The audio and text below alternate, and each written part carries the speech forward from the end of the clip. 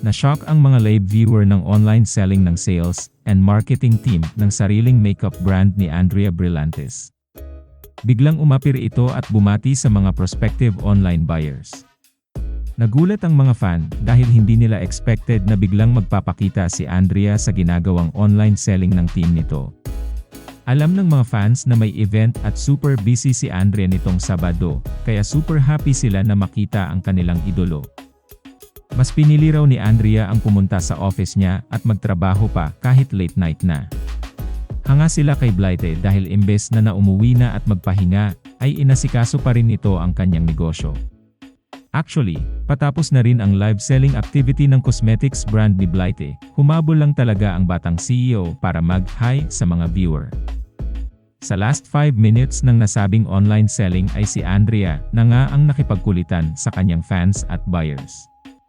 Mas marami nga ang umorder nang ang kapamilya young actress na ang nag-alok sa online viewers ng kanyang pinagmamalaking makeup brand.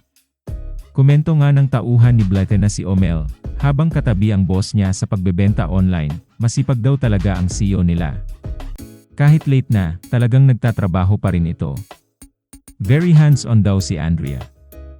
Pero nadulas at may sinabi ang tauhan ng aktres na may hinihintay daw ang boss nila ng mga sandaling yon. Hindi na kasi nag-elaborate pa si Omel kung sino ang hinihintay ni Andrea. Pero malakas ang hinala ng mga netizen at Kailedria fans na si Kyle Echari ang inaabangan nito na pupunta sa opisina ng negosyanteng aktres. Kung nagustuhan mo ang video na to, huwag kalimutan mag-like at mag-subscribe para lagi kang updated sa mga bagong videos ko. Salamat!